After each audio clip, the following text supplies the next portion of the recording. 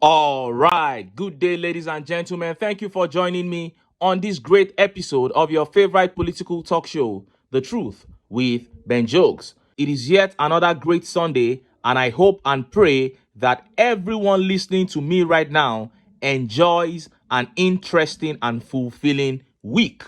Now, we all know the events that took place during the 2023 presidential election, and we can see what has become of Nigeria since then. We know that things were rough under Buhari, but the last 1 year, 2 months makes the pains of the previous regime look like child's play.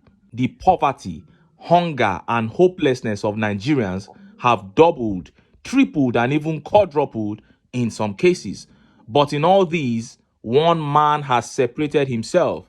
While many in the political class are either supporting this regime or merely criticizing it, this one man, Peter Obi, has not only criticized this regime severally, he has suggested many ways to do things differently. And he has also topped it up by going round the country to personally do the best he can to ameliorate the sufferings of the people. And without doubt, Peter Obi in the last 1 year has had more positive impact on Nigerians than the federal government itself.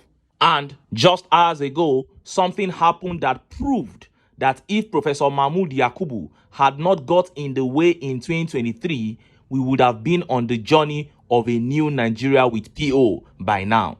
Northerners gave out a display in Bauchi that shows that one, Peter Obi is the biggest ever force in Nigerian politics and definitely the man to take this country forward. Two, that poor Nigerians in the north are tired of APC and PDP. And three, that Peter Obi and Yusuf Dati need to get up now and begin to do raw political work towards getting into Aso Rock. Before I show you how the Northerners threw their support for Peter Obi and how Nigerians reacted, let me quickly show you this video. Fabio was being investigated for 438 billion naira allegations of fraud while he was the governor and chairman of the NDDC. Honorable Mr. Please, it's okay. That is okay. Hey, let me explain. In the midst of that scandal, he became a Senate president. People must wake up. I can give you a clear example. Senator Ahmed Lawal, Senator Akpabio, as they are being addressed, did not emerge through a political process. They didn't buy INEC form for Senate. They were not there during the primary for Senate. They were not nominated as candidates. Their names were not on the ballot papers, and yet they emerged as senators, Federal Republic of Nigeria. How can such people come out clean? They can never come out clean. By the last count, in June this year, 64% of members of the National Assembly are either facing trial in court or are under criminal investigation. How can somebody with a questionable circumstance come out clean? He is already dirty. Number two, how do you expect a senator who sat down in the National Assembly and approved that a borehole in Akpabio's constituency be sunk at the cost of 184 million naira per borehole? It's in the budget. How do you expect a senator to come out clean? The same senator who approved 193 million naira for one single street light in Akpabio's constituency. I can continue giving you endless examples.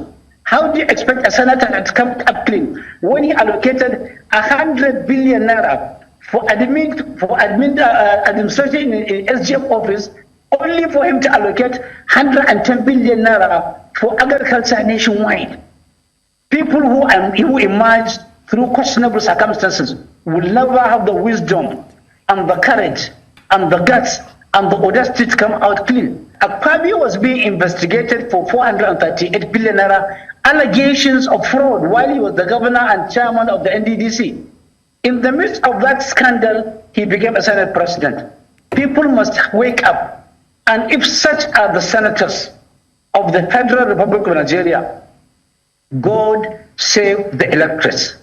And if such are the docile electorates, God save democracy, God save Nigeria, and God save the world. You heard that. That was Northern activist, political analyst, and influencer Mahdi Shehu there, urging Nigerians to rise against the APC and political class. And if you must know, Mahdi Shehu has been a great critic of the APC since the days of Buhari, before some of you will come and say he didn't speak up under Buhari. And this video is mostly important to APC supporters who are watching right now. If your reason for still supporting the APC is tribalism and religion, then I don't have any word for you today, because your case is probably beyond redemption. If at this point, with all this suffering, you are still seeing things through religious and tribal lenses, then I'll talk to you another day. But if you are still backing the APC because you think that Tinubu means well and can turn things around, then maybe you need to watch that video again. Akpabio budgeted 184 million naira for one street light, just one. And he's saying he's going to put many. That was what he put in the 2024 budget. 184 million naira for just one street light. 193 million naira to sink one borehole in his constituency. And Tinubu saw that and he went ahead and signed that budget.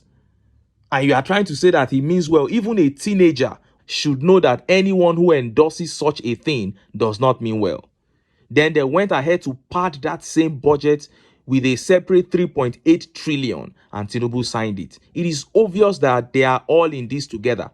But what is left for the masses? Nothing. They come out and tell us to be patient while they swim in the wealth of the nation. And just as the speaker Mahdi Shehu said, the masses must wake up and put an end to this nonsense. Point blank, period. Now, let us look at how the Northerners in Bauchi State threw their support for Peter Obi by doing what I have never seen before in an election in this country. This happened in the just concluded local government election in Bauchi State. This update shows that Peter Obi is on course to victory again, but it also shows that there is so much political work left to be done by Peter Obi and Yusuf Dati. Let's take the update and then we'll return to discuss it. Local government election. Labour Party secures most votes without candidates in Bauchi. The Labour Party in Bauchi State has secured the highest number of votes in the Bogoro councillorship election held in Lusa B ward of Bogoro local government area, despite not fielding a candidate. Consequently, the Bauchi State Independent Electoral Commission (BSIEC) declared the candidate from the ruling People's Democratic Party (PDP), Lucy Amadu Yusuf, who came in second place, as the winner and the newly elected councillor representing Lusa B ward. Announcing the result at the collation center in Bogoro, the returning officer Daniel Gambo stated that the Labour Party without a candidate garnered 2,200 votes. PDP's Lucy Amadu Yusuf closely followed with 2,168 votes. The candidate of the All Progressive Congress APC, Mbam Masoi, came in third in the election with 275 votes. You heard that. Now, under normal circumstances, the party should not even be represented on the ballot since it did not present a candidate, but Nigeria is an abnormal country. So the Labour Party logo still appeared on the ballot and the people voted massively for Labour Party, even without being campaigned to by any candidate. First of all, this is purely a case of Peter Obi's influence on the people of that local government in Bauchi. This shows that they are totally sold out to anything associated with Peter Obi. And even in 2027, this is a clear sign that they are going to flock out and still vote for him like they did last year. And secondly, this exposes the fraud that INEC committed last year. If these people could give Labour Party their votes in an election that Peter Obi did not contest, in an election that no candidate campaigned to them, how much more an election where Peter Obi himself came out and did the campaign? But INEC stole all the votes, claiming that Obi is not popular in the north. Obi is not known. There is no presence here. He has no structure here. And Obi said it. Said the people are the structure, that the failure of the APC is even bigger than anything he can say. And that is what is playing out. That was what played out before Mahmoud Yakubu did his evil magic. And thirdly, the Labour Party not fielding a candidate is an unfortunate situation.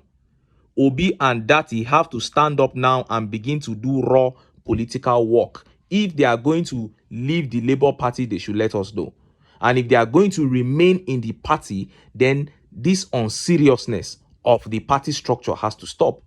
How can they hold a whole election and you are not presenting any candidate?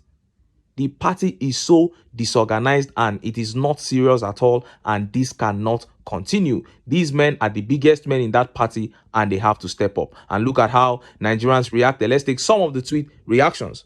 This tweet here by Lord of Nigeria says, one day Mahmoud Yakubu will tell us how he rigged the 2023 elections for Tinubu. That is it.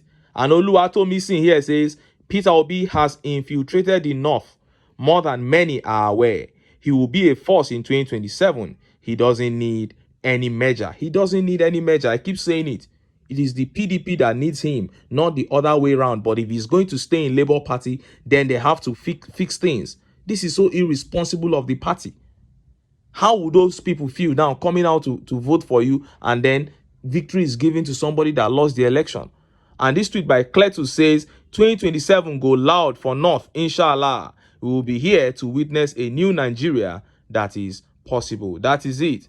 And this tweet here says, hashtag Labour at Maurice Moye. Most votes without a candidate all the way in Bauchi.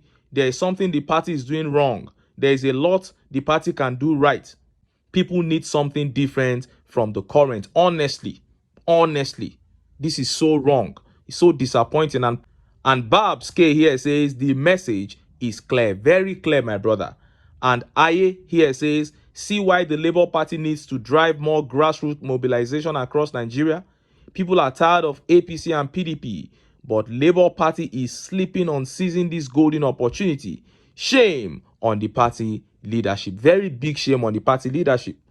This is so weird. This is too bad. And this tweet here by Weird Man says, Labour Party needs to understand how big a party they are now, with credit to what Peter Obi has been doing before and after the election. So the need for the party to always fill in candidates in every elective position, that is it.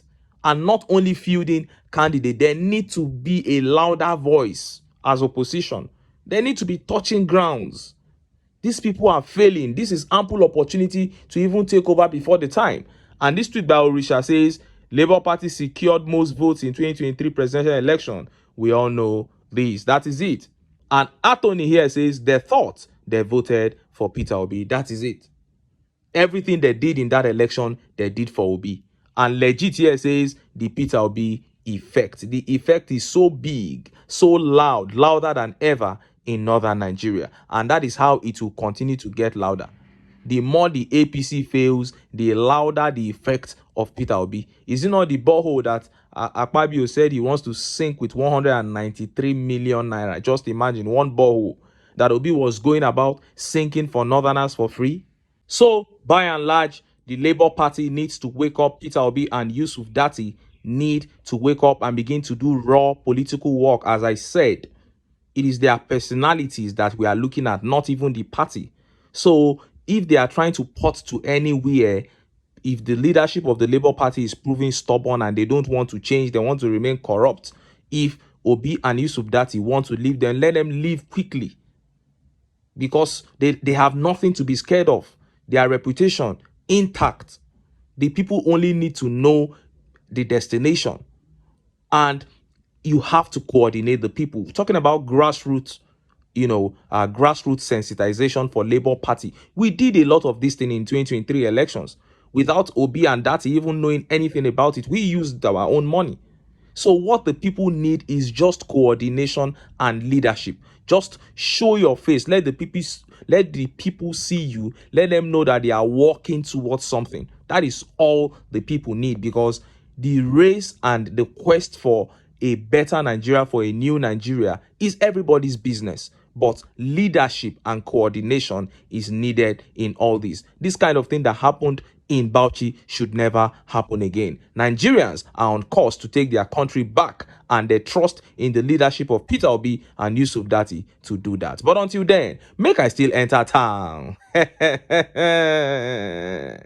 Make I go get some ogbonge political news wey una go like. Why? Because of una. Na I dey here, so don't go away. Don't go.